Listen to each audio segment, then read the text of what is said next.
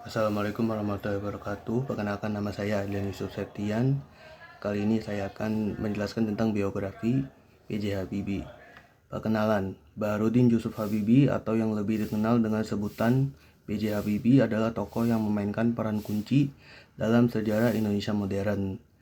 Ia adalah presiden ketiga Indonesia yang menjabat sejak Mei 1998 hingga Oktober 1999. Berikut adalah gambar singkat tentang kehidupan, pencapaian, dan warisan B.J. Habibie.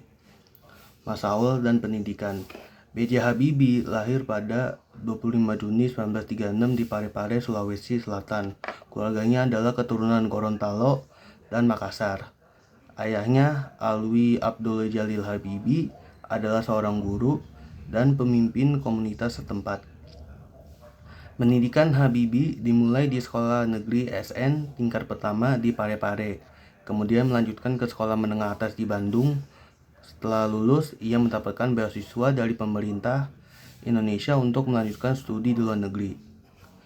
Pendidikan dan karirnya di luar negeri.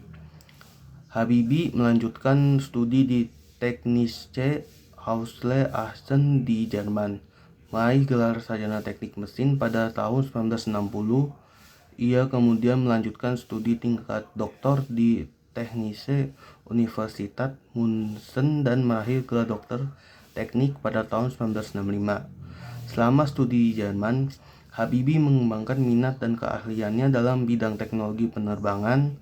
Karir profesionalnya di dunia aeronautika dimulai ketika ia bekerja di perusahaan pesawat terbang terkemuka Messerschmitt Volkobblom. Kembali ke Indonesia dan peran dalam pembangunan industri penerbangan.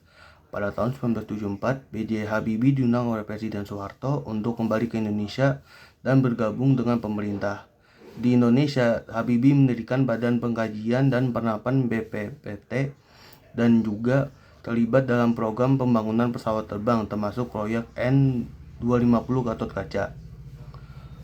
Perjalanan politik dan presiden.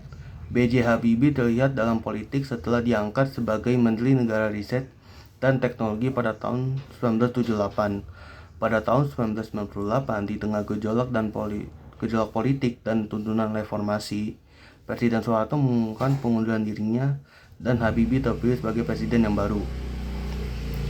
Pemerintah Habibie menghadapi berbagai tantangan masuk tuntunan reformasi dan krisis ekonomi yang melanda Asia pada waktu itu. Meskipun masa kepemimpinan relatif singkat, Habibie melakukan berbagai reformasi dan membuka ruang lebih besar bagi kebebasan berpendapat. Pengunduran diri dan warisan. B.J. Habibie mengumumkan pengunduran dirinya sebagai presiden pada Oktober 1999 setelah kejadian kontroversial di Timur Timur dan tuntunan reformasi yang semakin kuat.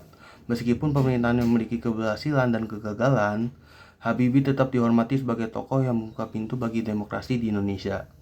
Setelah masa pensiunnya, Habibie aktif dalam berbagai kegiatan sosial dan pendidikan. Ia mendirikan Yayasan Habibie dan Ainun untuk pendidikan dan pengembangan teknologi di Indonesia. Pada 11 September 2019, B.J. Habibie meninggal dunia di Jakarta, meninggalkan warisan sebagai tokoh yang berperan dalam pembangunan industri dan perekonomian Indonesia. B.J. Habibie dengan visinya dalam bidang teknologi dan kontribusinya dalam dunia politik tetap diingat sebagai salah satu tokoh penting dalam sejarah modern Indonesia. Warisan beliau terus menginspirasi generasi penerus untuk berkontribusi pada pembangunan dan kemajuan bangsa. Sekian dari saya, kurang lebih mohon maaf. Wassalamualaikum warahmatullahi wabarakatuh.